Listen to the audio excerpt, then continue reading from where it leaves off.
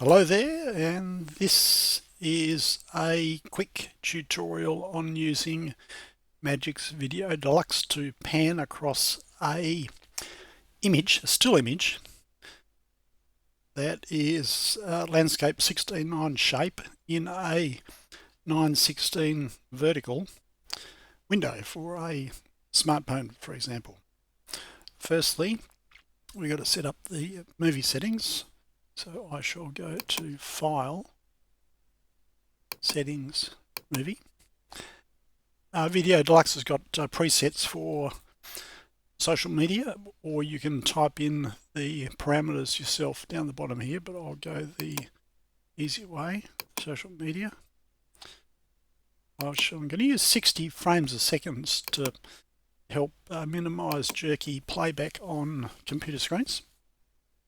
And down here, you're going to choose 1080 by 1920, 916. And there are the parameters in the boxes there. Okay, so here we have our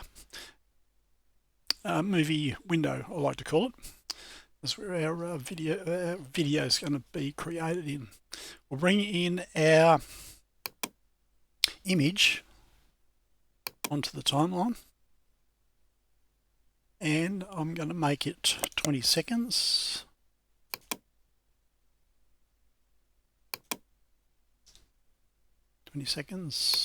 Okay. I'm going to optimize the timeline view by clicking in the timeline window down here and hitting enter. So now we've got our 20 seconds from start to finish.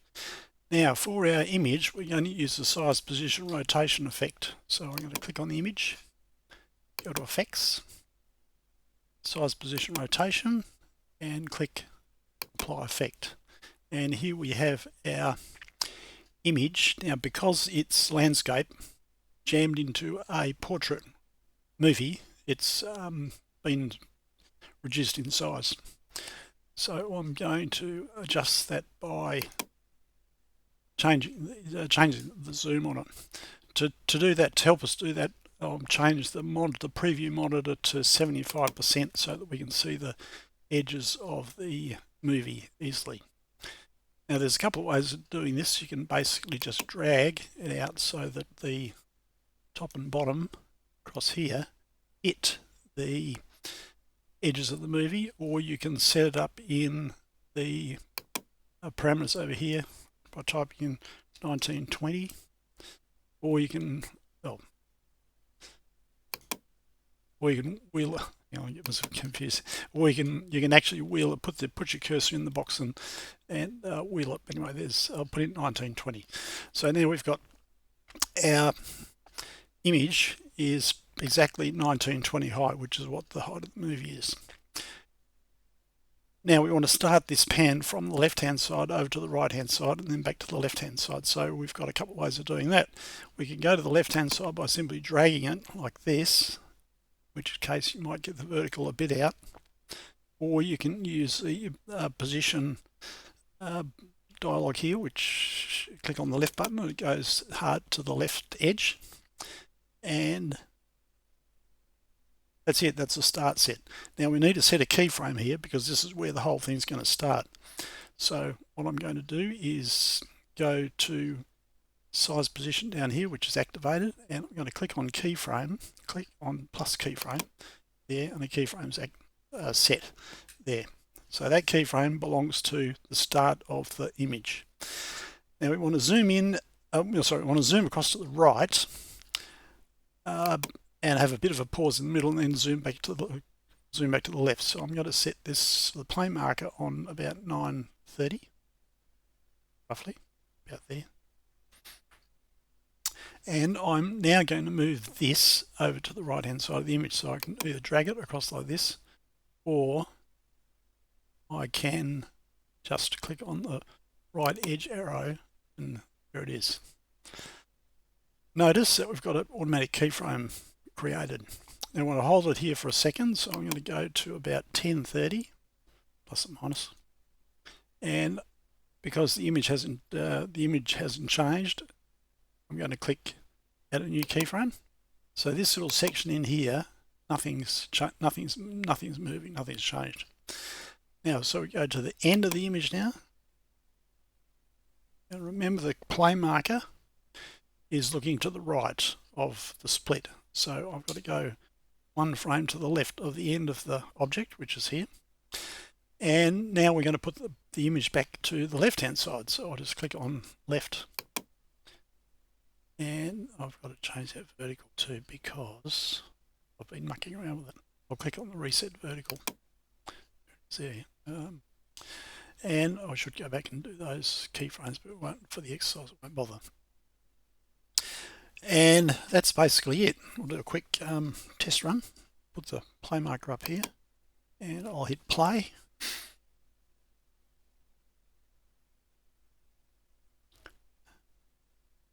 Seven seconds. 9. Pause. Back. You can see it going past the keyframes. And that's it. Now there's a couple of modifications we can do. We can set Bezier curves. You can't change the curves themselves, but this program's got built-in preset Bezier curves for movement, which in this case just slows down the speed up to full speed and then slows down smoothly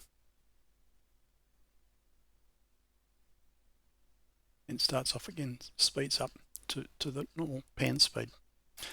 The other thing you can do is go to this little drop down here and choose combine effects curve with object length, which means that the 4 keyframes will stay in the relative position on the object. So obviously if 20 seconds is too long or too short, you can change, you want to change it. You don't want to reset all the keyframes each time, so you just set that onto combine object effects, and then on here you can just grab the object. We'll make it, say, I'll make it 7 seconds long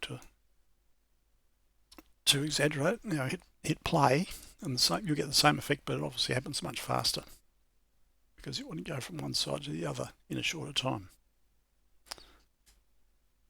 And that's our little pan done. So I'll go to export it. File export movie MPEG-4. Just check these parameters up here. The resolution's 1080 by 1920, frame rate's 60, ratio's 916, and you can click advanced to set bit rates and profiles if you want. I just leave all these as the program decides. Coding quality to best, and you can change the audio bit rate up here and click OK. And then you can export it to Morningstar pan test. Save. Off she goes.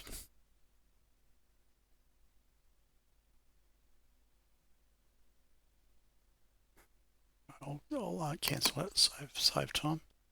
Yes. Now another option is, which I use quite often, is using the camera zoom shot function, which is this. I'll stretch this back out to 20. That's for the exercise. And I'll reset the video effects and come up here to camera zoom shot. Now camera zoom shot is a visual representation of size, position, rotation, and you can do that by just doing this.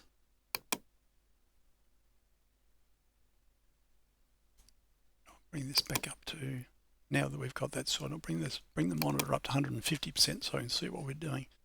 I've just got to come in a bit more and click this keyframe's been created there at the start.